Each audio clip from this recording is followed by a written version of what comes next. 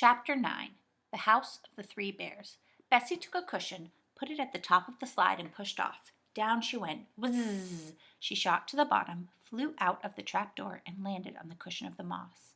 She had hardly got up before Fanny flew out of the trapdoor, too. "You know that slippery slip is the greatest fun," said Bessie. "I'd like to do that all day long." "Yes, if only we didn't have to climb all the way up the tree first," said Fanny. The trapdoor flew open and out shot Moonface on a yellow cushion. He put the three cushions together, whistled to the red squirrel who looked after them, and threw them to him. Then he turned to the waiting girls. "There's a train at midnight," he said. "We shall have to hurry." The wood was still bright with moonlight. The three of them hurried between the trees. Suddenly Bessie heard the chuffing of a train, and she and Fanny stopped in surprise. They saw a small train winding in and out of the trees, looking for all of the world like a clockwork train made big. The engine even had a key still in its side. There was a small station near. There was a small station near. Moonface caught hold of the girl's hands and ran to it. The train was standing quite still there. The carriages had tin doors and windows which didn't open, just like those of a clockwork train. Bessie tried her hardest to open a door, but it was no use. The train whistled. It was anxious to be off. "Don't you know how to get into this train?" asked Moonface with a laugh. "You are sillies. You just slide the roof off." As he spoke, he pushed at the roof, and it slid off like the roof of a clockwork train's carriage. "I believe this is just a clockwork train made big," said Fanny, climbing over the side of the carriage and getting in at the roof. "I never saw such a funny train in my life." They all got in. Moonface couldn't seem to slide the roof on again properly, so he stood up inside the carriage, and when the train went off, Bessie and Fanny, who couldn't possibly see out of the tin windows, stood up and looked out of the roof instead. They did look funny. At the next station, which was called Gollywog Station, 3 gollywogs got into their carriage and stared at them very hard. One was so like Bessie's own Golly at home that she couldn't help staring back. The second station was called Crosspatch Station, and standing on the platform were 3 of the grossest-looking old women the girls had ever seen. One of them got into her carriage, and the 3 gollywogs at once got out and climbed into the next one. "Move up," said the Crosspatch angrily to Moonface. He moved up. The Crosspatch was an uncomfortable person to travel with. She grumbled all the time at her basket, which was full of prickly rose sprays, and kept bumping into poor Fanny. Here we are," sang out Moonface when they got to the next station, and the 3 of them got out gladly, leaving the Crosspatch grumbling all to herself. The station was called Bear Station, and there was a great many teddy bears about, some brown, some pink, some blue, and some white. When they wanted to talk to one another, they kept pressing themselves in the middle where their growl was, and they could talk quite well. Fanny wanted to giggle when she saw them doing this. It did look so funny. "Please, could you tell me the way to the 3 Bears' house?" Moonface asked a blue teddy bear politely. The bear pressed himself in the middle and answered in a nice growly voice, "Up the lane and down the lane and around the lane." "Thank you," said Moonface. "It sounds a bit funny to me," said Bessie doubtfully. "Not at all," said Moonface, leading them up a little honeysuckle lane. "Here we are, going up a lane, and now you see it goes downhill, so we're going down, and presently we'll turn a corner and go around the lane." And he was right. They went up and then down and then around, and there in front of them, tucked into a woody corner, was the dearest, prettiest little house the girls had ever seen. It was covered with pink roses from top to bottom, and its tiny windows winked in the moonlight as if they had eyes. Moonface knocked at the door. A sleepy voice cried, "Come in!" Moonface opened the door, and they all went in. There was a table in front of them, and on it were 3 steaming bowls of porridge, and round it there were 3 chairs, one big, one middle-sized, and one tiny. "It's the house of the 3 bears, all right," whispered Bessie excitedly. It was just like seeing a fairy story come true. "We're here," said the voice from the other room. Moonface went in with Bessie and Fanny, and the other room was a small bedroom with a big bed in it, a middle-sized bed, and a tiny cot. In the big bed lay a large brown bear. In the middle-sized one was a fat mother bear, and in the cot was the most adorable baby bear with the bluest eyes the girls had ever seen. "Where's Goldilocks?" asked Moonface. "Gone shopping," said the father bear. "Where does she sleep when she's here?" asked Bessie, looking around. "And does she always live with you now?" "Always," said the father bear, putting his nightcap straight. "She looks after us very well. There's a market on tonight in the Enchanted Wood, and she's gone off to see if she can buy some porridge cheap. As for where she sleeps, well, she just chooses any of our beds, and we cuddle up together." but she likes Baby Bear's bed the best because it's soft and warm. She did in the story, said Fanny. What story? Asked Mother Bear. Well, the story of the 3 bears, said Fanny. Never heard of it, said the 3 bears all together, which really seemed rather extraordinary to Bessie and Fanny. They didn't like to ask any more questions after that. Here's Goldilocks now, said the Mother Bear. The sound of a little high voice could be heard coming nearer and nearer. The Baby Bear sprang out of his cot and ran to the door in delight. A pretty little girl with long, curling golden hair picked him up and hugged him. Hello, darling, she said. Have you been a good bear? Then she saw Bessie, Fanny, and Moonface and stared at them in surprise. Who are you? She said. Moonface explained about Joe and how he had gone to the land of ice and snow where the big white bears lived. I'm afraid the magic snowman will make him a prisoner there, said Moonface, and he'll have to live with the white bears. Could you get your 3 bears to come with us and ask the white bears to let Joe go free, Goldilocks? But I don't know the way, said Goldilocks. We do, said the Father Bear suddenly. The white bears are cousins of ours. Moonface, if you can help us with a bit of magic, we can visit the land of ice and snow in a few minutes.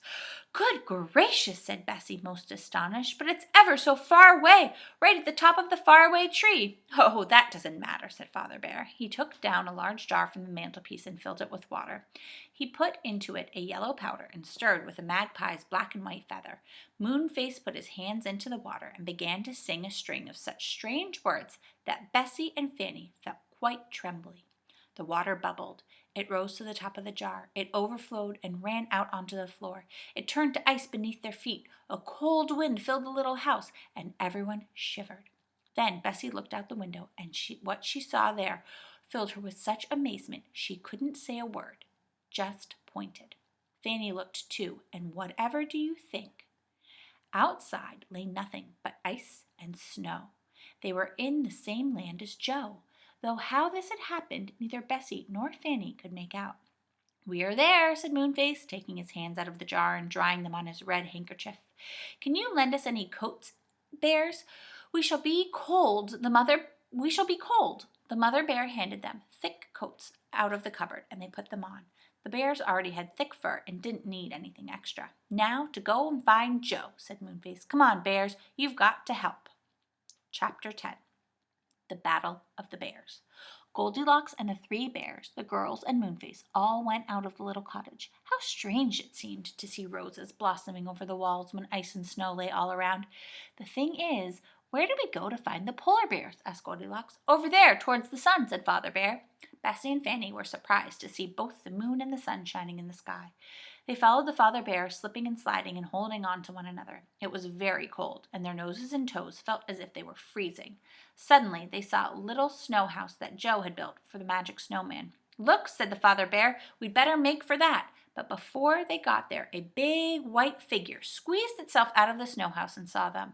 It was the magic snowman. As soon as he saw the 3 bears and the others, he began to shout loudly in a windy, snowy voice, Enemies! Enemies! Bears, come and send off the enemies! We're not enemies! Yelled Moonface, and Goldilocks ran forward to show the snowman that she was a little girl, not an enemy at all. But Moonface pulled her back. He didn't trust the old snowman. The snowman bent his big fat body down and picked up great handfuls of snow. He threw one at Goldilocks. She ducked down and it passed over her and hit Baby Bear. Ouch, he said, and sat down in a hurry. Then everything happened at once. A crowd of white polar bears hurried out of their underground home to help the snowman, and as soon as the air was full of flying snowballs, the snow was hard, and the balls hurt when they hit anyone. It wasn't a bit of good, the girls shouting that they were friends, not enemies. Nobody heard them, and soon there was a fierce battle going on. Oh dear, gasped Bessie, trying her best to throw straight. This is dreadful. We shall never rescue Joe by behaving like this. But there really didn't seem anything else to be done. After all, if people are fighting you, you can't do much but defend yourself. And the 3 bears and the girls and Moonface felt very angry at having hard snowballs thrown at them. Smack, thud, biff, squish! The snowballs burst as they hit, and soon there was a great noise of angry oomphs from the white bears and ooches from the teddy bears and yells from the children and screeches from Moonface, who acted as if he were mad, hopping about and yelling and kicking up snow as well as throwing it. His big fat face was a fine target for snowballs, and he was hit more than anybody else. Poor Moonface. Now, whilst this fierce battle was going on, where do you suppose Joe was? As soon as he heard the cry of, Enemies! Enemies! He had hidden in a corner, for he did not want to be mixed up in any fight. When he saw the white bears going out, he was left all alone, and he began at once to think of escaping. He crept to the hole that led to the above ground. The battle was some way off, so Joe did not see that the enemies were really his own friends. If he had, he would have gone to join them at once. What a terrible noise they're all making, he thought. It sounds like a battle between gorillas and bears. I'm not going anywhere near them. I'd be eaten up or something. I shall just run hard the opposite way and hope I meet up with someone who can help me. So Joe, dressed in his bearskin, looking just like a little white bear himself, crept off over the ice and snow, not seen by anyone. He ran as soon as he thought he was out of sight, and he ran and he ran and he ran, but he met nobody. Not a soul was seen. Only a lonely seal lay on a shell of ice, but even he dived below as he saw Joe. And then Joe stopped in the greatest astonishment and stared as if his eyes would fall out of his head. He had come to the cottage of the 3 bears, standing all alone in the middle of the ice and snow, and of course its roses were still blooming round it, scenting all the air. I'm dreaming, said Joe. I simply must be dreaming. A cottage with roses here in the middle of the snow? Well, I shall go and see who lives here. Perhaps they will give me something to eat and let me rest, for I am very hungry and tired. He knocked at the door. There was no answer. He opened the door and went in. How he stared! There was no one to be seen at all, but on the table stood 3 bowls of steaming porridge, one big, one middle-sized, and one small. It was rather dark, so Joe lighted a big candle on the table. Then he sank down into the biggest chair, but it was far too big, and he got up again. He sat down in the next sized chair, but it was too piled up with cushions, and he got up to sit in the smallest chair, and that was just right. And Joe settled down comfortably, but alas, his weight was too much for it, and he broke the chair into bits beneath him. Oh, bother, said Joe, getting up again. I do hope the people won't be too cross with me. He looked at the delicious porridge. He tasted the porridge in the biggest bowl. It was much too hot and burnt his tongue. He tasted the next bowl, but it was far too sweet. But when he tasted the porridge in the little bowl, it was just right. So Joe ate it all up.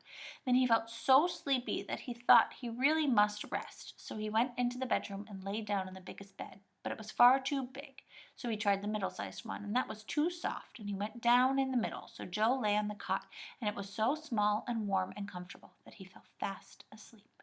All this time the battle was going on. The snowman was so big and the polar bears were so fierce that very soon the teddy bears and the children and the moon face were driven backwards. Then a snowstorm blew up, and the snow fell so thickly that it was quite impossible to see anything. Moonface called out in alarm, Bears, Goldilocks, Bessie, Fanny, take hold of each other's hands at once and don't let go. One of us might easily get lost in the storm. Everyone at once took hands. The snow blew into their faces, and they could see nothing. Bending forwards, they began to walk carefully away from the white bears, who had stopped fighting now and were trying to find out where their enemies were. Don't shout or anything, said Moonface. We don't want the white bears to hear us in case they take us prisoner. They might not listen to the teddy bears.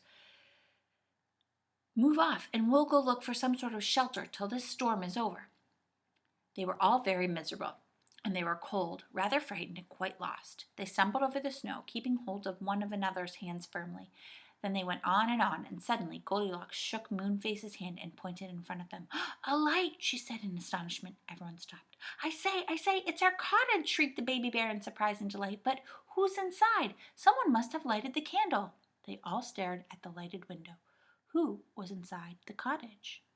Could the magic snowman have found it? Or the polar bears? Was it an enemy inside or a friend? Whew, blew the wind, and the snowflakes fell thickly on everyone as they stood there wondering. Ugh, shivered Moonface. We shall get dreadful cold standing out here in the snow. Let's go in and find out who's there. So the father bear opened the door, and one by one they all trooped in, looking round the empty room, half afraid. Tomorrow we will start chapter 11, More and More Surprises.